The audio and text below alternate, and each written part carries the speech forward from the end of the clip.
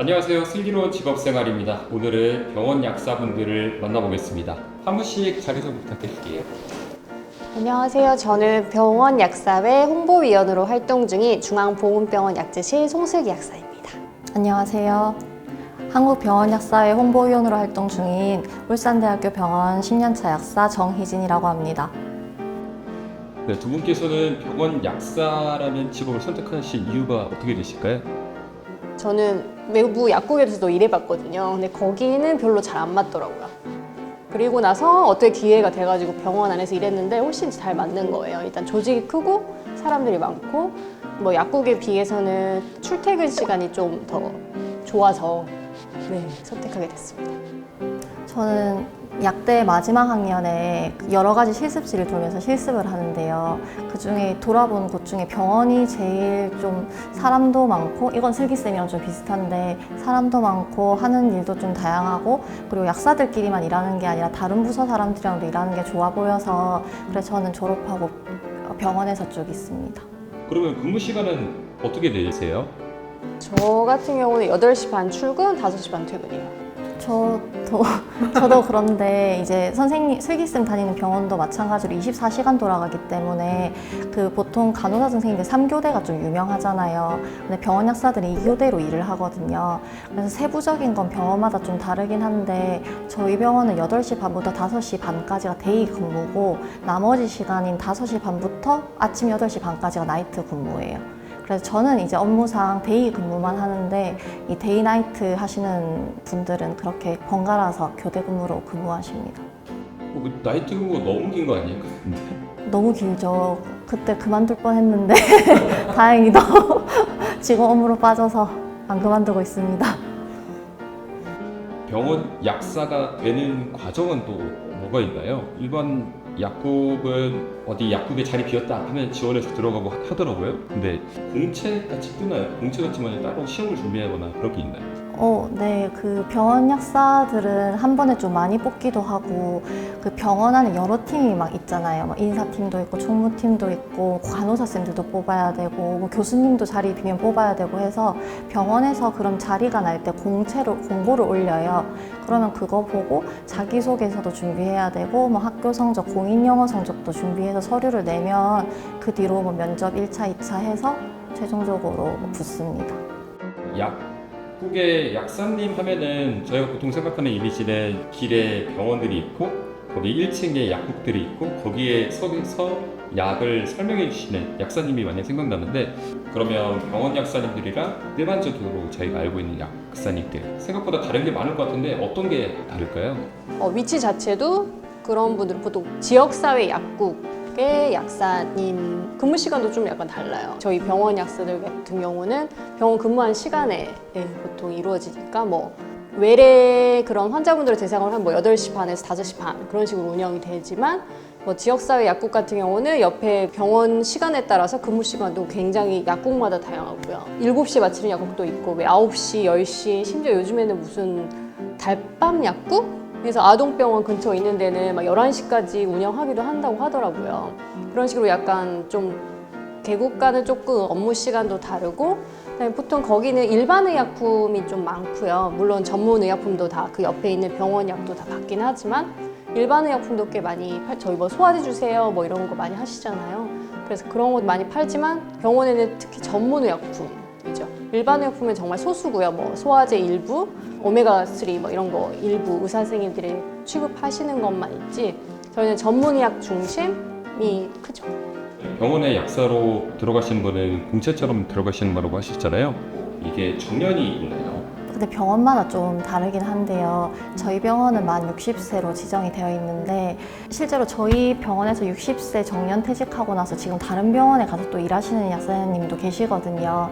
그래서 딱 60세 되면 더 이상 일을 하지 못한다라는 건 아니고 병원마다 좀 경영하는 게 조금 다른 것 같긴 합니다. 대부분 다 정규직이에요. 네. 근데 뭐 주말 근무나 야간 근무 이런 거는 낮에 일하는 사람들이 밤에 일하면 낮에 없어야 되잖아요. 그러면은 좀 낮 업무를 돌리기가 좀 힘드니까 야간에만 일하는 사람을 계약으로 따로 뽑거나 주말에만 근무를 돌 사람 따로 뽑거나 이렇게 하는 경우는 있어요. 그리고 요새 출산, 육아휴직 이런 복지가 너무 잘 되어 있으니까 그렇게 휴직하는 분들이 있으면 그 대체자를 또 1, 2년 계약직으로 또 뽑기도 하고 그렇습니다. 약사님들도 사학연금 가입이 되는 건가요, 그러면요? 그 병원마다 달라서 저희 병원은 아예 없어요. 대학병원이 있는 걸로 알고 있어요. 네. 저희 병원은 사학연금이고 대학병원 중에서도 국민연금을 아직 있는 곳이 소수 있다고는 들었는데 뭐 정확하진 않습니다. 병원 약사님들은 구체적으로 또 어떤 일을 또 안에서 많이 하시는지요? 일단은 보통 생각하시는 그 진료과 진료 보시고 나서 병원 안에서 타시는 약들, 그거는 외래 약국에서 조제가 다 이루어지고요. 그다음에 병실에 입원해 계신 환자 같은 경우는 병실에 매번 약을 드셔야 하잖아요. 그래서 그 약 다 조제하는 병실 약국 업무가 또 따로 있습니다. 그게 큰 메인 파트고요. 네. 그래서 이제 슬기쌤이 말씀하신 약은 이제 환자분이 스스로 입원을 해 계시거나 아니면 퇴원을 하시고 어쨌든 스스로 챙겨 드시거나 붙이거나 쓰실 수 있는 약 조제를 말씀하신 거고, 환자가 스스로 쓸 수 없는 약이 이제 마약이나 아니면 항암제를 투여한다거나 뭐 그런 것들이 있는데요. 특히 주사 같은 경우에는 혈관으로 바로 들어가기 때문에 엄청 깨끗하게 조제가 이루어져야 되거든요. 그래서 아기들 영양수액이나 뭐 항암제 이런 걸 조제하는 주사 조제 부서가 또 따로 있고, 또 마약 뉴스에서 핫하지 않습니까? 그런 마약을 관리하는 곳도 따로 있습니다. 그리고 또 의학정보. 그리고 병원 안에서 쓰는 약이 되게 다양한데, 먹는 약, 뭐 붙이는 약, 그리고 가스 형태로 흡입하는 약, 그리고 주사약 이런 게 전부 다 약으로 돼서 그 저희 병원 같은 경우에는 그 약 종류가 총 2,500 그 종류 정도 돼요. 그래서 그거를 병원 안에 있는 그 의사 선생님들과 간호사 선생님들 이런 각종 의료진들이 그 2,500개의 약 중에서 올바른 걸 잘 선택해서, 그리고 나라에서 허가하는 방식대로 잘 쓰실 수 있게끔 정보를 잘 가공해서 전달하는 그런 역할도 하고요. 그리고 조제 이후에 환자분들이 또 잘 이해해서 스스로 챙겨서 사용하시는 게 중요하기 때문에, 특히 사용 방법이 어려운 약들이나 부작용이 좀 많은 약들은 또 따로 더 교육을 하곤 합니다. 그리고 회진을 같이 도는 사람들 중에 의사랑 간호사 선생님들만 환자들이 의사 선생님, 간호사 선생님 하고 인지를 하시는데, 사실 거기에 약사가 포함되어 있는 경우도 꽤 있거든요. 그래서 같이 회진을 돌고 하면서 이 바로바로 이 처방은 이렇게 수정하시는 게 더 낫겠다 하고 조언을 드리기도 하고, 그런 팀 의료 활동을 하기도 합니다. 그리고 또 약대가 왜 6년제 개편됐잖아요. 그러면서 학생 실무 실습이 좀 강화됐어요. 그래서 또 요구하는 시간도 많고 해서 학생들이 많이 실습으로 오거든요. 그래서 약사분들이 학생 실무 실습 담당 선생님을 프리셉터로 해가지고 학생을 교육하고 직접 실무해볼 수 있도록 다 교육하는 일을 하고 있습니다. 네, 그리고 연구가 있는데요. 병원에 있다 보면 아무래도 환자 데이터베이스를 직접 다 볼 수 있기 때문에 그런 환자 기록이나 검사 결과 그리고 처방 이런 거를 다루면서 그걸로 연구를 진행할 수도 있어요. 그래서 뭐 개인적으로 대학원을 다니거나 해서 그 병원의 데이터베이스로 연구를 진행하는 약사도 있고, 아니면은 대학병원인 같은 경우에는 교수님들이 대학에서 교수로 수업을 하시는 경우도 있다 보니까 그 개인 연구에 약사가 같이 포함되는 경우도 있고 그렇습니다. 두 분께서는 병원 약사, 병원 약국에 계신 약사님들의 가장 장점들, 그 장점들을 정리해서 또 말씀 감사하겠습니다. 장점은 일단 뭐 아침 일찍 가서 뭐 저녁 늦게 뭐 끝내기도 한다고 하셨잖아요. 근데 병원 약사는 8시 반, 5시 반 또는 조금 빠르면 뭐 8시, 5시면 끝나거든요. 그래서 무슨 약속을 해도 저는 어느 곳이든 갈 수 있는 거예요. 서울 안에서 약속을 하면 7시 안에 다 갈 수 있기 때문에 네, 그런 약간 퇴근 후에 삶이 좀 자유로운, 뭘 배운다거나 하기에도 굉장히 자유롭고요. 토요일 날 강의 들으러 갈 수도 있고 근무가 없으면, 그래서 그런 게 시간이 좀 좋은 것 같고, 또 병원에는 사람이 다양하잖아요. 여러 조직의 사람들을 만날 수 있는 것도 참 좋은 것 같아요. 단점이라 하면 초반에는 개국 약사분들에 비해서는 저희 페이가 그렇게 높진 않았거든요.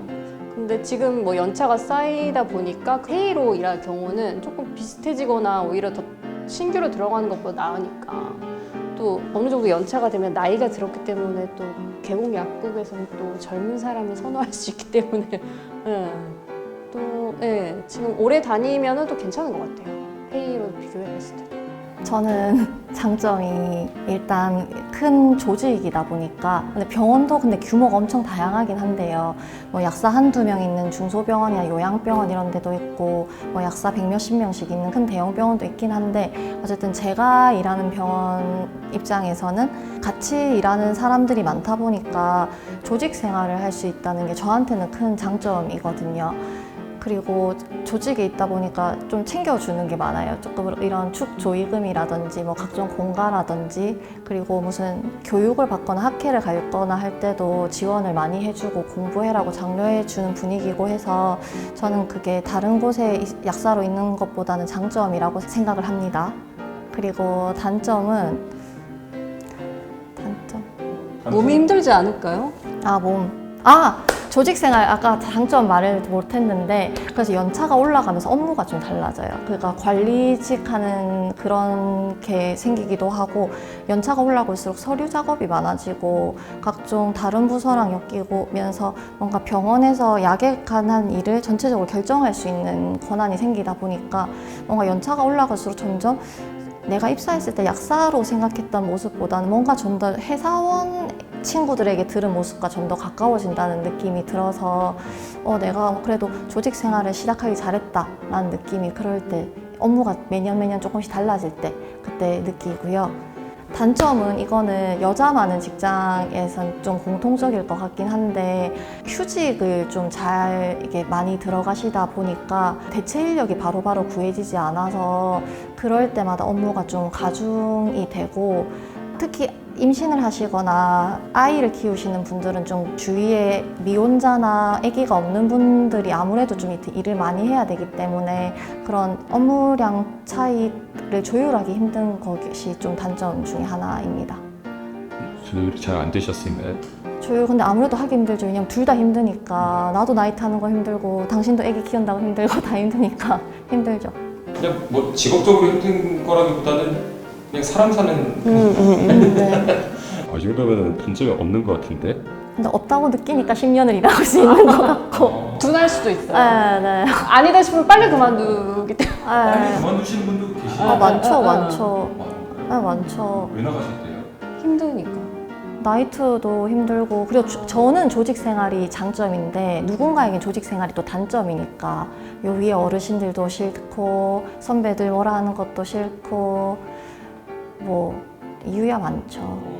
나는 약사하러 왔는데 이것저것 다른 것도 해야 되고 그렇죠. 저한테는 또 그게 장점인데 누군가한테는 그게 단점이고 언제 갑자기 이렇게 촬영도 해야 되고 이건 재밌게 하고 있습니다. 약사 친구들 만나면 가장 많이 하는 이야기가 아이고 오늘은 뭐 어떤 사람 때문에 나 자신이 무너졌다 이런 멘탈과 많은 것이 무너지는 하루다. 당신을 만나 내가 이렇게 되어 굉장히 힘들고 노래 가사 같네요. 혹시 병원 약국에도 그런 조금 힘들게 하시는 분들이 찾아오시나요? 있죠.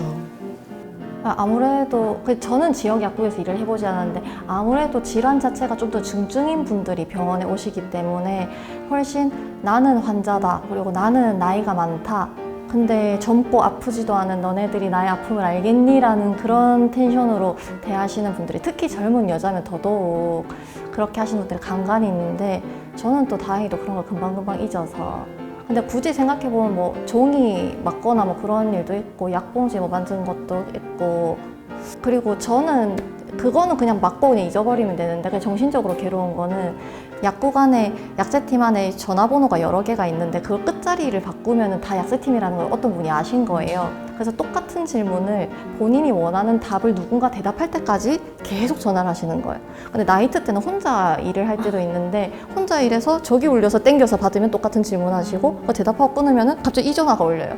또 똑같은 거. 계속 하고 한 바퀴 다 돌면 끝나는 거예요. 그렇게 하시는 분들도 계셨고 많죠. 되게 신박하네요. 신박하죠. 네. 생각도 못했는데. 이거 나가면 안 될 것 같은데. 배워 가실 것 같아요. 그런가? 그런 분이 꽤 있는 거 아닌가요? 꽤는 아닐 것 같아요. 꽤는 아니고 근데 그 한 번이 너무 강력하니까 뇌리에 박히는 거죠. 대단한데 이렇게. 막 누가 고소하겠다 그런 일이 생기고 그러진 않나요? 그 정도? 아, 저희 한번 약 잘못 조제해서 소송하겠다라는 게 들어왔었는데 뭐 병원 법무팀에서 뭐 어떻게 잘 정리를 해주셨다는 얘기까지는 들은 적 있어요. 약사님들도 사람이다 보니까 약을 잘못 드릴 때도 있고 덜 드릴 때도 있는데 이거를 막 바로 바꿔주겠다고 막 하는데도 그러시는 분들이 있다고 하더라고요. 그런 것 때문에 막 힘들어 하시는 경우도 있고. 근데 제가 한번 혼자 당직할 때 막 여러 개를 챙겨드려야 되는데 하나를 딱 빼먹었어요. 막 정신없이 했는데 또 하나가 덩그러니 남아있는 거예요. 그래서 전화했더니 벌써 막 나가 계신다고 해서 아 그럼 제가 언제 퇴근하고 약을 갖다 드리겠다 했거든요. 그거 들고 갔는데 그분이 들고 있던 봉지를 주시면서 아 갖다 주신다고 고생하셨다면 이거 들고 가시라고 하는 거예요. 그러다 보니까 체리 한 봉지가 있는 거예요. 그런 훈훈한 분도 계셨고 아닌 분도 있고. 실기 학사님은 힘든 분 만난 적 있죠. 있지 못하는 부분을 제가 요즘 복약 상담 업무를 하고 있거든요. 그래서 전화 상담, 뭐 그다음에 이렇게 대민 업무 계속 하고 있는데 요즘 네, 제가 간 약을 먹기 시작했어요. 내가 화가 너무 많이 나는 것 같아요. 그래서 내가 앵그리버드가 돼가는 것 같아가지고 어느 순간 이게 화가 이렇게 약간 게이지가 오르는 거예요. 그래서 약간 화가 너무 자주 난다 하면은 간이 좀 안 좋은가 이렇게 생각을 하거든요. 그래서 막 실리만 이런 거 먹고 있어요. 그러니까 좀 나은 것 같아요. 보통 사람들은 화나면은 친구들한테 하소연하고 술 마시거나 그럴 것 같은데 약사님은 약을 드시는. 그냥 내 건강의 문제인가? 막 이런 생각이 드는 거예요. 전에 참을 수 있었던 것 같은데 가끔 그게 안 되는 경우가 있더라고요. 그렇다면 이렇게 힘든 일도 있지만 병원 약사가 되게 잘했다, 되길 정말 좋은 결정이었다라고 생각할 때가 있으실 텐데 언제 그러세요? 아, 저는 업무 소개 드릴 때 팀 의료에 대해서 설명드렸는데 저는 개인적으로 팀 의료에서 한 약사 활동이 제가 병원에 입사 올 때 꿈꿨던 활동이 제일 가깝거든요. 의사랑 간호사 쌤들과 환자 그 세 분을 전부 직접 보면서 제가 중간에서 할 일을 했을 때 일이 잘 풀리고 이 모두가 저한테 고마워하고 고생해 주셔서 뭔가 잘 풀렸다 했을 때 저는 그때가 제일 보람찼어요. 저 같은 경우는 저는 아까 소개 말씀드렸는데 저 보훈병원에 근무하고 있거든요. 그래서 여기 병원에 있지 않았다면 내가 알지 못했을 그런 분들을 많이 알게 된 것 같아요. 뭐 6.25 참전 분들 아니면 뭐 고엽제 저희 베트남전 있었잖아요. 지금 70대 그런 환자분들, 그런 고엽제 환자분들 엄청 많으시거든요. 근데 그때 전쟁에 참여하면서 그때 막 고엽제 뿌리고 막 이래가지고 근데 그때는 고엽제가 나쁜 건지 모르고 해서 막 미국 뭐 군들이 막 뿌리니까 좋은 거지 알고 바르셨대요. 밀가루 같이 생긴 그거를. 근데 지금 그것 때문에 엄청 고생하고 계시거든요. 진짜 엄청 많은 질병도 유발하고 그래서 엄청 고생하시는 그런 분들을 제가 여기 근무 안 했으면 몰랐을 것 같아요. 그래서 또 제가 연구를 했는데 그분들 관련해서 이렇게 논문도 쓸 수 있었거든요. 그래서 이 병원에 있지 않았다면 내가 이런 걸 알 수 있었을까 싶기도 하고 이런 분들을 만났을까 싶기도 해서 좀 특별했던 것 같아요. 그리고 병원 약국에서 일하시는 약사님들은 좀 특별하게 질환을 좀 다루시는 그런 분들이 계시다고 들었는데 그렇게 하기 위해서 얻어내는 자격이나 자격 요건 같은 것이 있을까요? 네, 이거 전문 약사 제도라고 하는데요. 의사 선생님들은 원래 전문의 제도가 있잖아요. 나는 뭐 흉부외과 전문이다, 뭐 산부인과 전문이다 하는 것처럼 약사들도 세상 모든 약을 전부 다 알 수가 없거든요. 약사들도 어떤 특정 질환에 대해서 공부를 많이 해야 돼요. 그게 원래는 병원 약사회 안에서만 공부를 좀 독려하고 어떤 자격을 줬었는데 그게 2023년부터는 국가 자격으로 바뀌어가지고 나라에서 이제 당신은 어떤 의료의 전문가입니다 인정해주는 제도로 정리가 됐고 그게 전문 약사 제도라서 그 특정 질환을 관리하는 약사 활동을 하려면 그 시험을 치는 것이 아무래도 좋습니다. 그러면은 석박처럼 대학원을 밟아야 되나요? 뭘 시험을 치면 되나요? 시험은 치는데 그게 뭐 대학원 같이 학교 과정이 더 필요한 건 아니고요. 그 실무에서 그 현장에서 지식을 쓸 수 있는지 그 지식을 알고 있는지 그거를 시험 치는 거라서 요구하는 교육 시간이나 학회 참여 시간 이런 게 있고 그 일을 실제로 했던 임상 경력 이런 걸 또 인정을 해야 되고요. 그게 인증받아서 시험 칠 자격이 있습니다 되면은 시험을 쳐서 합격하면 그 자격이 주어져요. 그럼 이 자격을 주는 주체? 원래는 병원 약사였는데 작년에 국가제도로 바뀌면서 이제 보건복지부로 그게 변경됐습니다. 네, 그렇다면은 이렇게 단점도 없는 병원 약사. 아니 근데 정말 단점이 이 정도면은 일반 직장인에 비해서는 단점이 직장 상사의 갈굼이 뭐 있죠. 아, 직장 상사 있죠. 왜 없겠어요? 아니요. 네, 단점이 없는. 실적을 채우라고 막 이런. 근데 실적? 모든 건 있습니다. 일반 약국에서는 약국장님이 뭐 딴 거 다 팔아라 할당을 주신다고 들었거든요.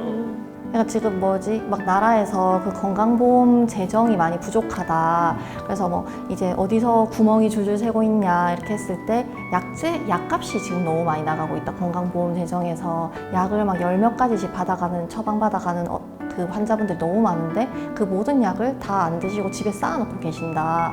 그럼 그거를 나라 돈을 들여서 안 드려도 되는 건데 그럼 이걸 누군가가 중재를 해서 아예 처방을 줄이도록 해야 한다. 이 사업을 지금 하고 있거든요. 다제약물 관리 사업이라고. 그거를 병원에서 이제 하고 이러면은 약간의 지원금이나 뭐 이런 거를 주기도 하는데요. 약제팀에서 할 수 있는 그런 사업들 이게 들어오면은 해야 한다. 어떻게든 이제 틈을 만들어내서 해야 한다. 뭐 이런 식의 푸시도 있고 저희가 뭐 직접적으로 환자한테 뭐 약을 뭐 팔거나 하진 않고 판다고 저희 주머니에 더 돈이 들어오고 하진 않지만 약사가 활동하면 병원에 돈이 들어오기 때문에 뭐 그런 식의 푸시는 있습니다. 이게 있군요. 네. 오더 내려온 약을 처방해 주시고 그렇게만 하기 때문에 많이 그런 스트레스가 없지 않을까 했었는데 어쨌든 간에 그렇게 우리 병원 약사라는 이 직업을 나중에 아드님이라든지 따님이 생겼을 때 자제분들에게 전장을 하실 건가요? 해보는 건 나쁘지 않다. 뭐 원하면 할 수 있다. 할 것 같아요. 저는 근데 365일 24시간 돌아가는 직장에서 일하는 거를 그냥 약사뿐만 아니라 어느 직종이든 간에 저는 별로 추천을 하고 싶지 않아서 하고 싶다 하면은 뭐 앞길을 막지는 않겠지만 저는 그런 점에서는 좀 말리고 싶고 그리고 저는 이제 다른 직장 다니는 친구들이 오늘 좀 천천히 일하고 좀 야근을 해야겠다. 꼭 야근이 그 이유 때문은 아닐 수도 있지만 그냥 좀 천천히 하고 할래 이렇게 했을 때 좀 부러울 때도 있거든요. 제가 오늘 몸 상태가 되게 안 좋아서 그냥 좀 늦게 마치더라도 일을 천천히 하고 싶을 때도 있는데 거의 대부분의 일이 그때그때 바로 빨리빨리 막 쳐내야 되기 때문에 그렇게 천천히 하고 제가 제 스케줄을 스스로 조절을 할 수가 없어요. 업무 안에 그 업무 강도를. 그래서 제가 느끼는 그렇죠. 이게 단점인데 그래서 자식한테는 휴일이 제대로 보장된 일을 한번 찾아보는 게 어때라고 할 것 같아요. 그렇다면 두 분은 10몇 년 전으로 돌아간다면은 또다시 병원 약사를 선택을 하실 건가요? 저는 그럴 것 같아요. 저는 이제 적응했기 때문에 또 하지만 제 자식은 아직 시작을 안 했잖아요. 저는 적응했기 때문에 저는 이제 괜찮습니다. 그렇다면은 누구께서 중학생으로 돌아간다면 중학생? 근데 저 이거는 좀 제 개인사인데 전 예고 가고 싶었거든요.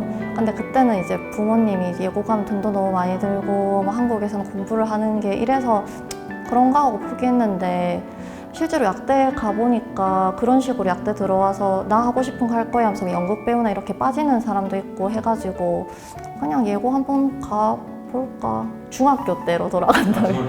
네. 예고 가서 어떤 거 하고 싶어요?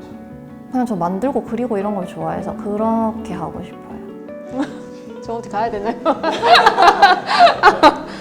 저는 해보셨으니까 또 뭐 하고 싶으실까? 전 지금도 늦지 않았다고 생각하는데요. 무엇을 배우기에 늦지 않았다. 지금 약사 베이스를 만들어 놨기 때문에 지금부터 할 수 있는 것도 많을 것 같아요.